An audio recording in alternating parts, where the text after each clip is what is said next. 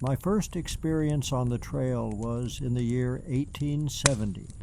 About the 1st of April of that year, I started from Monroe Choate's ranch in Karnes County with a herd of cattle belonging to Choate and Bennett. E.B. Rutledge was the boss and part owner. Among the hands were Jesse McCarty, Drew Lamb, George Blackburn, John Strait, and one or two others whose names I have forgotten.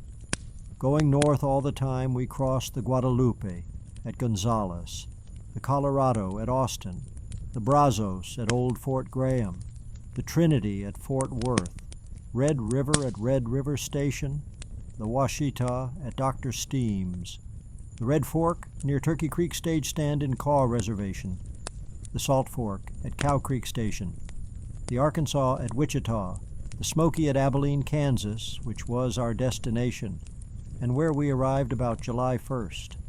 Like many others, when I had work for the time being, I did not think I would ever make another trip up the trail.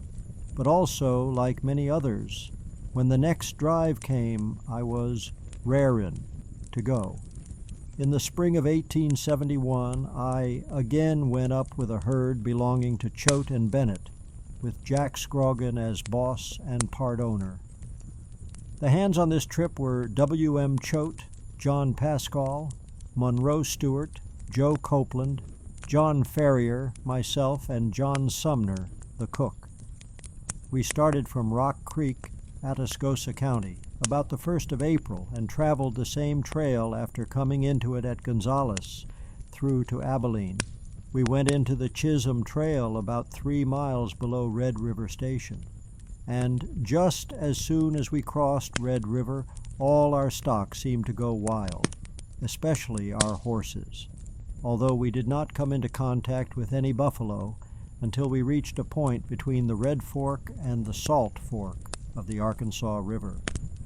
Several herds lost heavily at that time by cattle and horses getting into the buffalo drifts, which were at that season drifting northward. These animals were in countless numbers. In fact, the whole face of the earth seemed to be literally covered with them, all going in the same direction. The drovers were compelled to send men on ahead to keep them from stampeding their herds.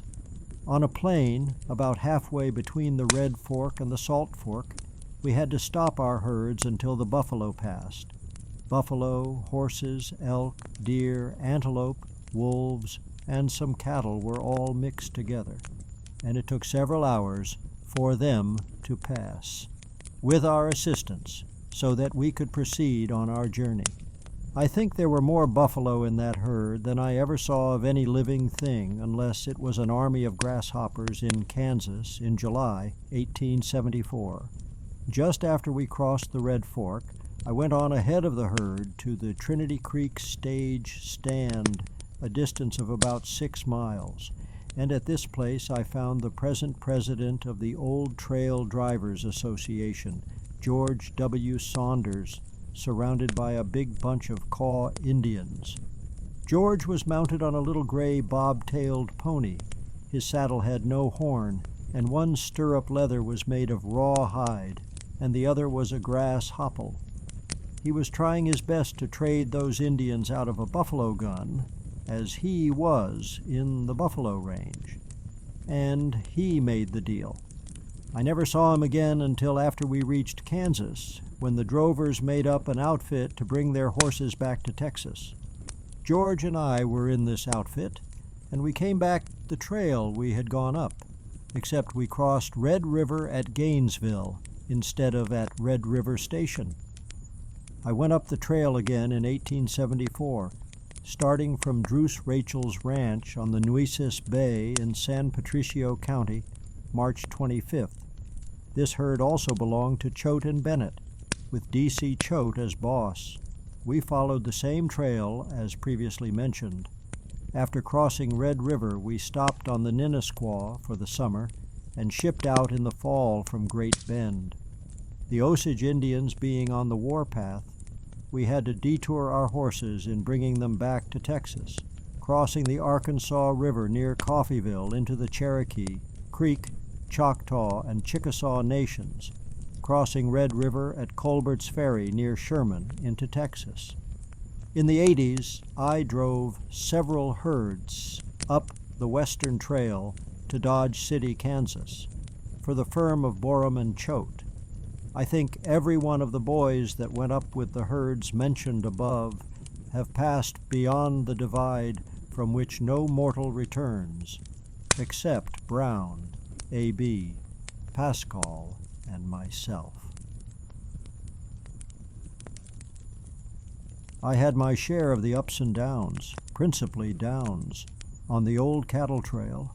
Some of my experiences were going hungry, getting wet and cold, riding sore-backed horses, going to sleep on herd and losing cattle, getting cussed by the boss, scouting for graybacks, trying the sick racket now and then to get a night's sleep, and other things too numerous to mention.